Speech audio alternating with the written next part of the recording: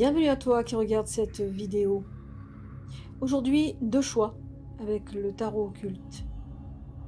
Nous allons poser cette question suivante. As-tu des entités sombres autour de toi? Certaines présences ne frappent pas à la porte.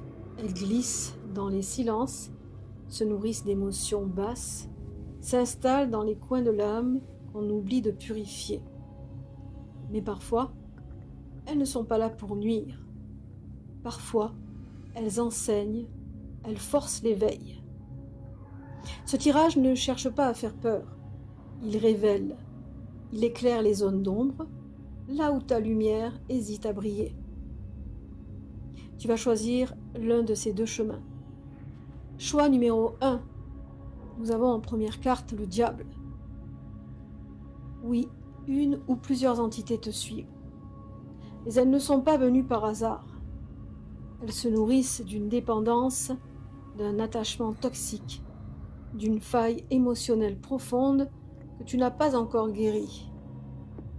Le diable est un égrégore ancien que tu as peut-être toi-même nourri, consciemment ou non.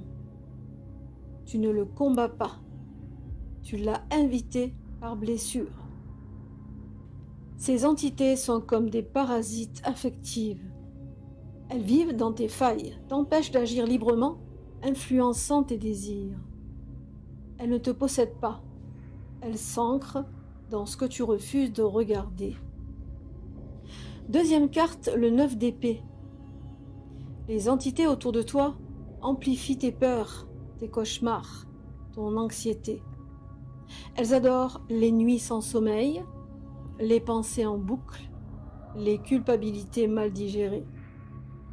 Elles ne sont pas puissantes, mais tu leur ouvres la porte à chaque fois que tu te dis « Je n'y arriverai pas, je ne suis pas assez, je ne vaux rien ». Ce ne sont pas des démons extérieurs, ce sont des formes de pensée, des émanations de ton propre esprit affaibli, solidifiées par le temps et l'oubli. Troisième carte, nous avons le 4 de coupe. Tu as ignoré des appels de ton intuition. Tu sens parfois des présences, mais tu as appris à les repousser, à rationaliser, à refuser de les voir. Et c'est ce qui les renforce. Elles veulent qu'on les regarde, qu'on les nomme.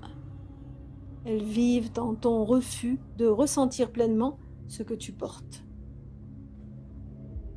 Alors oui, tu as des entités sombres autour de toi, mais elles sont le fruit d'un dialogue interrompu entre toi et ton propre inconscient.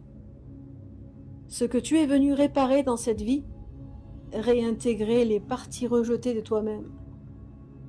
Ce que tu dois expérimenter, l'amour radical de tes ombres, l'acceptation sans peur.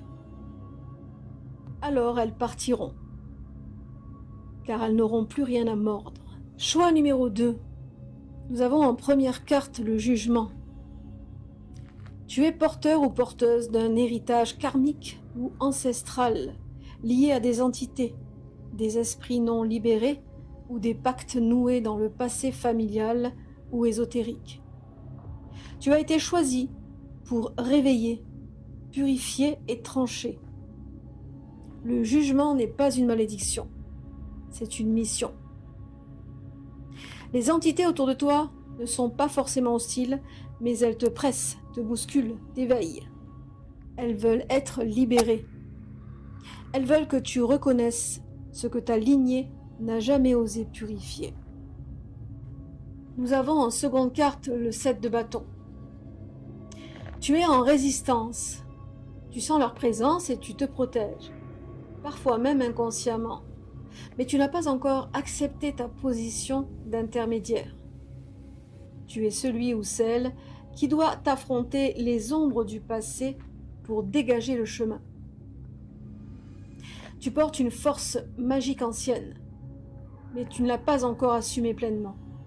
Ces entités testent ta volonté. Elles t'éprouvent, non pour te briser, mais pour réveiller ton autorité spirituelle. Nous avons en troisième carte le roi d'épée. Tu as déjà le pouvoir de les maîtriser. Tu as été mage, sorcier, gardien des esprits dans d'autres vies. Ces entités ne te dominent pas. Elles t'attendent. Tu dois reprendre ton rôle, les bannir ou les guider vers leur délivrance. Le roi d'épée est celui qui connaît les noms, les rituels, les limites. Alors oui, tu es entouré par des entités sombres, mais elles sont là par droit karmique ou héréditaire. Ce que tu es venu réparer ici, les pactes non clos, les mémoires occultes de ta lignée. Ce que tu dois expérimenter, l'autorité magique, le discernement spirituel, le pouvoir de dire non. Voilà pour ces 2 tirages qui, j'espère, t'auront résonné. Les entités ne viennent jamais sans cause. Certaines personnes n'ont jamais de visiteurs. Toi, tu es différent. Tu attires, tu canalises, tu provoques. Pourquoi ? Parce que tu es un seuil, un pont entre les mondes. Tu as ce qu'il faut pour les comprendre, les écouter, les repousser ou les transformer. Mais pour cela, tu dois cesser de fuir ou de subir. Tu dois redevenir souverain ou souveraine. Les entités ne te volent rien. Elles révèlent ce que tu n'as pas encore osé incarner. Certaines s'accrochent parce qu'elles espèrent encore que tu les vois.